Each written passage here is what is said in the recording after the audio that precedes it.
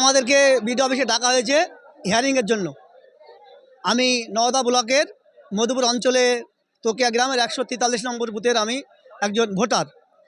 দীর্ঘ 5-7 বার ভোট দেওয়ার পরে কেন্দ্রকে দিয়েছি, রাজ্যকে দিয়েছি, তারপরেও এখন আমাকে পুনরায় আবার প্রমাণ করতে হচ্ছে যে আমি দেশের নাগরিক কিনা। বিজেপির আর কেন্দ্রের এবং নির্বাচন কমিশনের এই সাজেশনে দেশের মানুষের এত হয়রানি হচ্ছে তা বলার বাইরে। আমার সমস্যা কোনো কিছু সমস্যা নাই।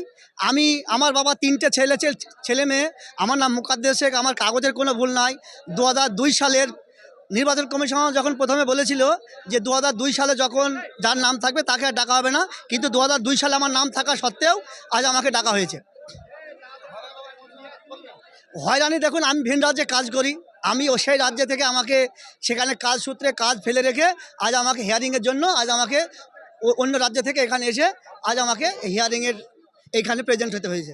এতে আমার সমস্যা এবং দেশের নাগরিকেরও সমস্যা।